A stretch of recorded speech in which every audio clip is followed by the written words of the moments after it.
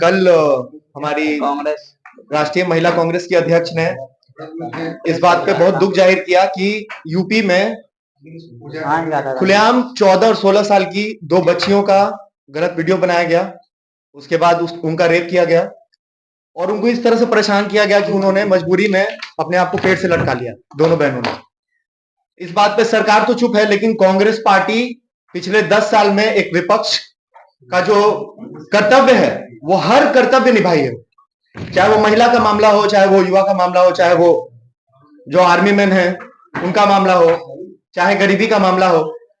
तो ये अत्याचार को रोकने के लिए जब प्रोग्रेसिवली हम लोग देख रहे हैं कि लगातार ये रेप केसेस बढ़ते जा रहे हैं, 2022 में 35-36 हजार रेप केसेस हुए इंडिया में।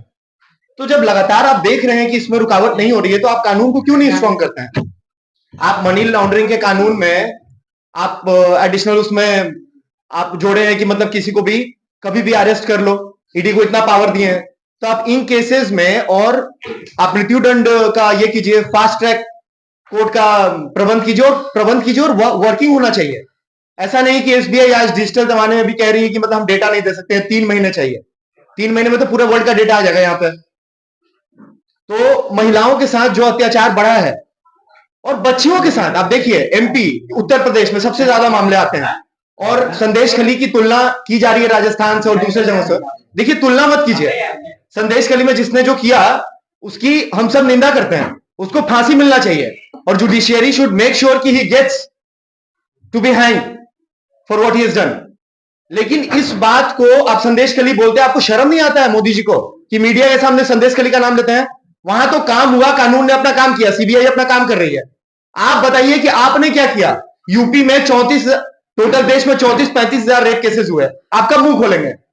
मणिपुर में मिलिटेंट्स के साथ आपने एग्रीमेंट किया कि सारे आर्म्स आप रख दो, एक ताले की चाबी आपके पास रहेगी, एक चाबी मेरे पास रहेगी। आप मिलिटेंट्स के साथ आप अग्रीमेंट कीजिएगा। वहां पुलिस ने आर्म्स रख दिया कि हमें काम नहीं करने दिया जा रहा है। तो आज युवाओं को देखिए, आज सुनिए, जितने देर में हम लोग यहां मीटिंग कर रहे हैं उतने देर में 2 युवाओं ने आत्महत्या कर लिया।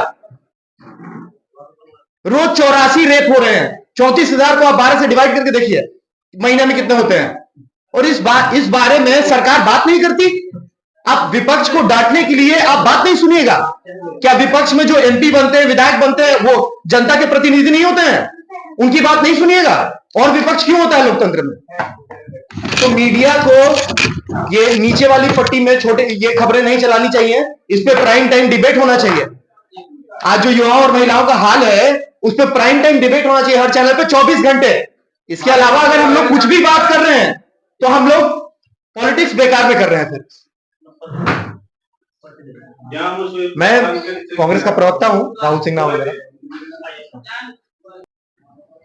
पिछली बार लोकसभा के जब चुनाव हुए थे तो एक एजेंडा था आप लोग का, ट्रेन चलाए थे कि जब बीजेपी वाले बोले थे चौकीदार, तो आप भी जोर लगा दिया।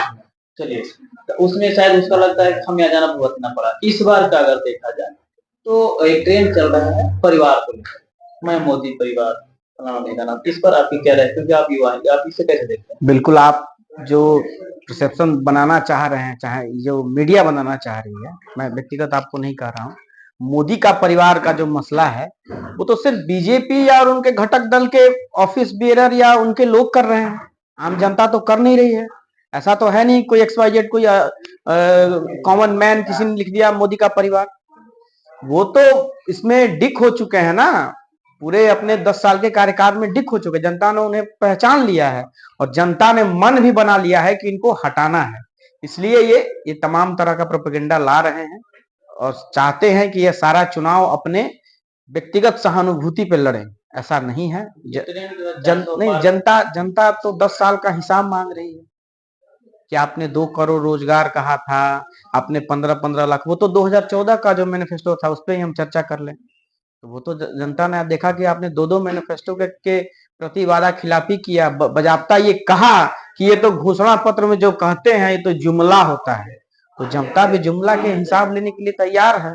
बीजेपी कर रही 400 पार, आपकी क्या राय है? 400 वो लड़ते नहीं है ना, 400 वो लड़ते नहीं है, बीजेपी ही कर रही है, लोग थोड़ी कर रहे हैं। 400 तो वो चुनाव भी नहीं लड़ते, उतने सीट पे चुनाव लड़ते हैं, उतने कैंडिडेट हैं। अभी बताइए 195 उन्होंने कैंडिडेट अनाउंस किया, 5 लोग तो पहले मैदान छोड़ के चले गए, उस पर क्यों नहीं कहती? 191 बचाना भी मुश्किल हो गया है। धन्यवाद। मैं आशुतोष कुमार त्रिपाठी, उपाध्यक्ष बिहार प्रदेश युवा कांग्रेस।